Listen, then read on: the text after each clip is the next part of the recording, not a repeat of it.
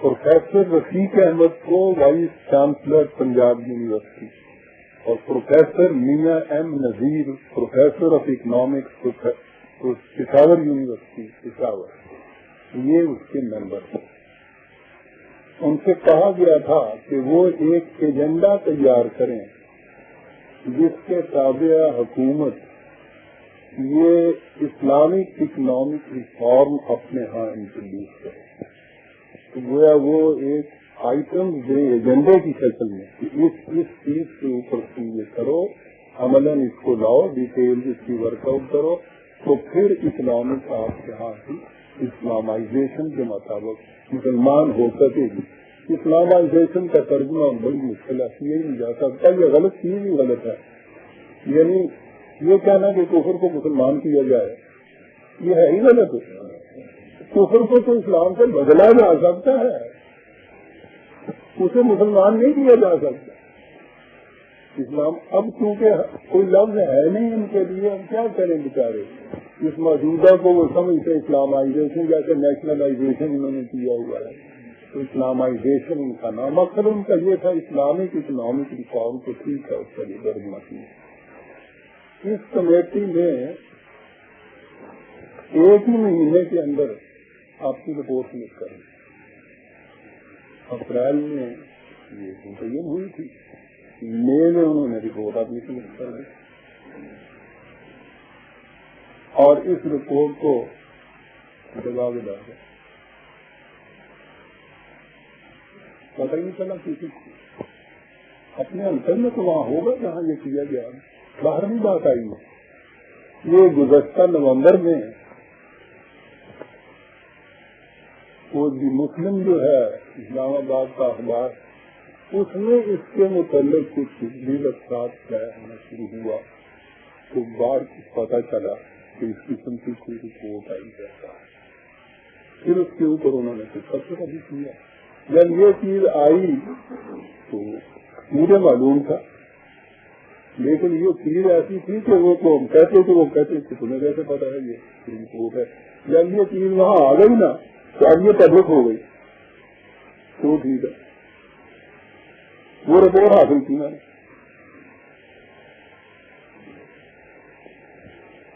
वो ये रिपोर्ट है जी। फिर आप ये रिपोर्ट क्या है और इसमें क्या कुछ लिखा हुआ है, बड़ी मुख्तसर की रिपोर्ट, क्योंकि उन्होंने एजेंडा दिया, अहम दिया। रिपोर्ट की इब्तिदा का पहला जो पेज है बड़े जली हरास अल्फाज में लिखा हुआ है, बिस्मिल्लाहिर्रहमानिर्रहीम वलिल्लाहि मीरासुस समावाति वल अर्ज़।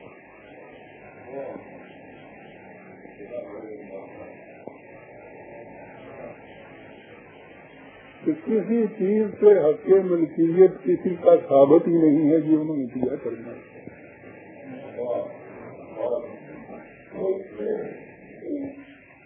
और आगे लिखा है कि हम समझते हैं कि इसके बाद इस्लामिक इकोनॉमिक के मुताबिक कुछ लंबा चौड़ा लिखने की जरूरत है नहीं।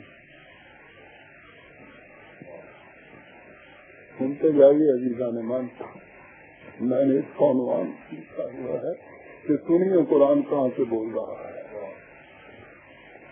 लिखा तो मैंने ये था कि सत्रह फिक्री में फरहाद को कल, लेकिन ये सेंटर वाले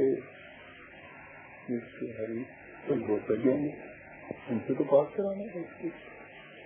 इसके ऊपर रिव्यू लिखा हुआ है।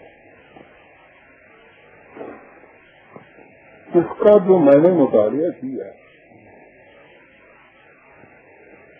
तो मुसर्रत और हैरत से मिलेगी एक जज्बात से किया। मुसर्रत तो इस बात के सारी जिंदगी में पहली दफा है कि ऐवानात हुकूमत से कुरान की आवाज बुलंद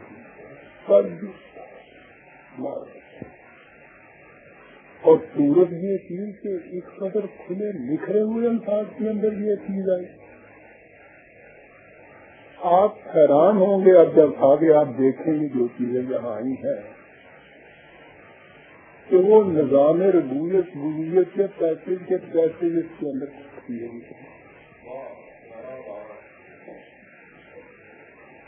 اسی وقت کے ساتھ اسی ترتیب کے ساتھ وہی آیتیں ہیں اس کے اندر، وہی ان آیتوں کا مفہوم ہے۔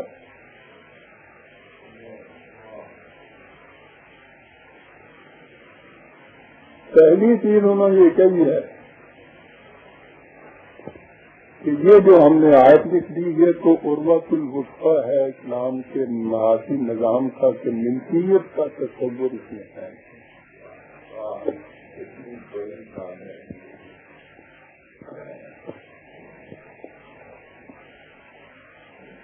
اس کے بعد کہا ہے کہ خدا نے یہ اپنی ملکیت میں کیوں رکھ دیا، سب کچھ چوکا ہے،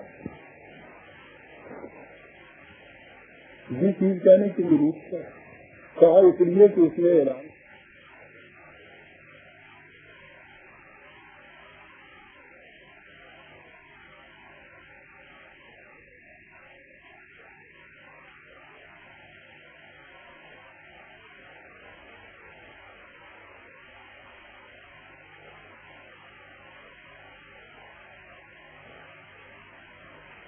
کہا اس کو یہ کہنے کی ضرورت اس لیے پیش ہے۔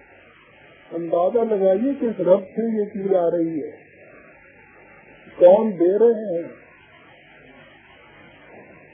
ضرورت کی ذمہ داری اس نے اپنے ذمہ لی، اس لیے اس کے لیے پہلی چیز یہ کہی کہ کسی کی ملکیت نہیں ہو سکتی، کسی اور کی ملکیت کو اس نے تسلیم کر لیتا تو وہ رزق بہن کیسے بتا سکتا تھا۔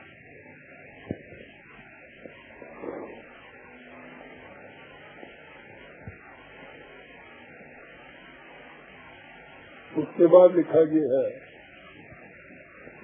کہ خدا نے یہ جو ذمہ داری دی ہے نا وہ براہ راست سے پوری نہیں کرتا، کیونکہ ان انسانوں کے ہاتھوں پوری کراتا ہے جو اس کے نظام سے کام کرنے کی ذمہ داری اپنی اوپر لے۔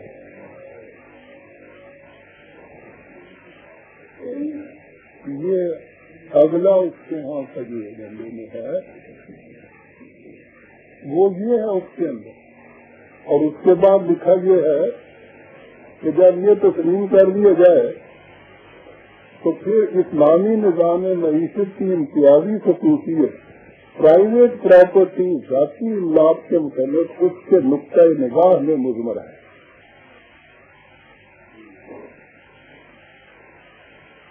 اس خصوصیت کی روح سے دولت تمام کی تمام خدا کی ملکیت ہوتی ہے اور انسان اس کا زیادہ سے زیادہ امین ہو سکتا ہے، نہ کہ مالک۔ یہ اسلام کی منفرد خصوصیت ہے۔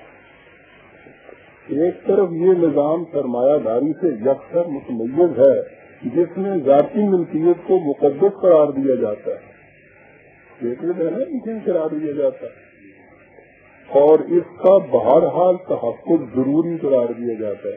کیوں بیٹا مجھے کچھ کہنا؟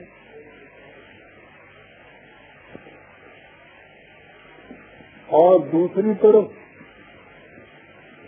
یہ سوشلزم سے متمیز ہے جس میں دولت کو مملکت کی ملکیت قرار دیا جاتا ہے۔ یہ تو وہی بات ہوئی ہے جو کیپٹلزم میں ہے۔